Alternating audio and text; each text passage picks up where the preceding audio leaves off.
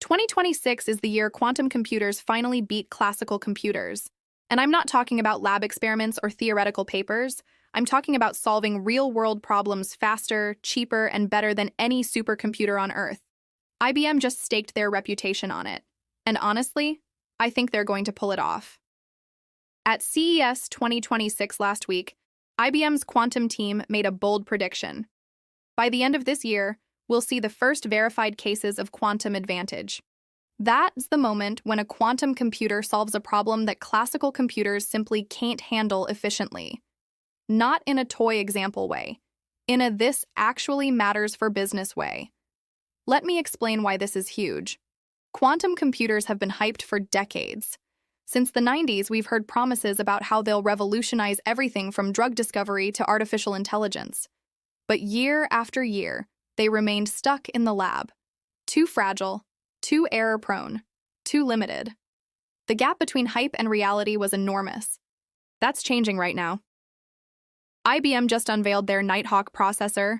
This thing has 120 qubits arranged in a square lattice with 218 tunable couplers. What does that mean in English? It means Nighthawk can run circuits with 5,000 two-qubit gates. That's 30% more complex than their previous processor, with 20% better connectivity. And here's the kicker. IBM says Nighthawk will hit 7,500 gates by the end of 2026, 10,000 gates by 2027, 15,000 gates by 2028 with over 1,000 connected qubits. This isn't incremental progress. This is exponential scaling. So what can quantum computers actually do that classical computers can't? 3 big areas. First, drug discovery. Simulating molecular interactions is insanely computationally expensive. A protein might have thousands of atoms, and modeling how they interact requires calculating every possible quantum state. Classical computers choke on this. Quantum computers are built for it. Pharmaceutical companies are already running quantum algorithms to model drug candidates that would take classical systems years to simulate. Second, materials science.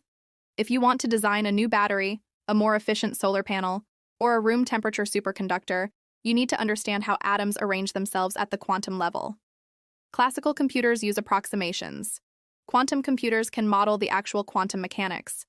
That's the difference between guessing and knowing. Third, optimization problems. Think supply chain logistics. You've got 10,000 delivery trucks, a million packages, constantly changing traffic conditions, and you need to figure out the most efficient routes in real time. Classical algorithms struggle with this because the number of possible solutions explodes exponentially. Quantum computers use something called quantum annealing to explore solution spaces that classical computers can't efficiently search. Now let's talk about why IBM is so confident they'll hit quantum advantage this year. In 2023, they published a landmark paper. They used a 127-qubit quantum computer to run circuits with almost 3,000 two-qubit gates. The results? They produced accurate calculations that classical supercomputers couldn't replicate using brute force methods.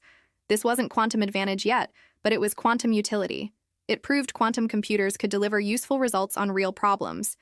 Then in 2025, IBM released new software tools in Qiskit, their quantum programming framework. These tools give developers way more control over quantum circuits and improved accuracy by 24% at the scale of 100 plus qubits. That's massive. Quantum computers are noisy. Errors creep in from environmental interference, imperfect gates, decoherence. Better software means fewer errors, which means you can run longer, more complex algorithms. IBM also doubled their fabrication speed. They shifted from 200mm wafers to 300mm wafers. This is the same manufacturing process used for classical computer chips. Scaling up wafer size means they can produce more quantum chips faster and cheaper, and they boosted the physical complexity of their chips by 10 times to support error correction, which I'll get to in a second. Here's where it gets really interesting. IBM isn't just chasing quantum advantage. They're building toward fault-tolerant quantum computing by 2029. That's the holy grail. A quantum computer that can correct its own errors in real time and run indefinitely without breaking down. To get there, they announced the Loon processor. This is an experimental chip that demonstrates all the key components needed for fault tolerance.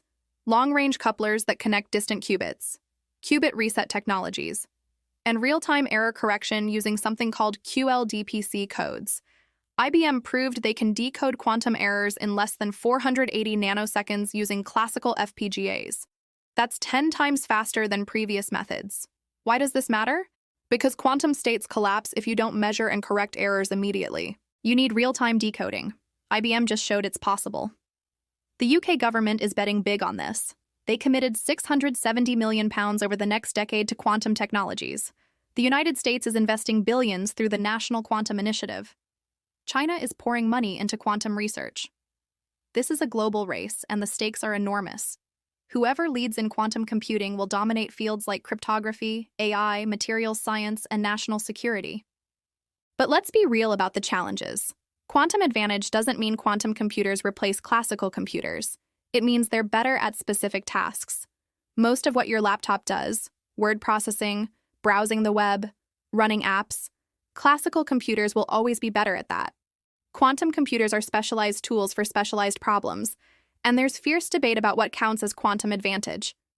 IBM's Borja Parapadre, who leads their quantum algorithm team, was refreshingly honest at CES. He said, quote, "A few days before we were going to present these results, we came ourselves with a classical method that was much better than the quantum computer." He acknowledged there's a feedback loop. Quantum tries to beat classical. Classical tries to beat quantum. This will continue for years. That's actually healthy. It forces both sides to innovate. Classical computing has gotten way better because of the quantum threat.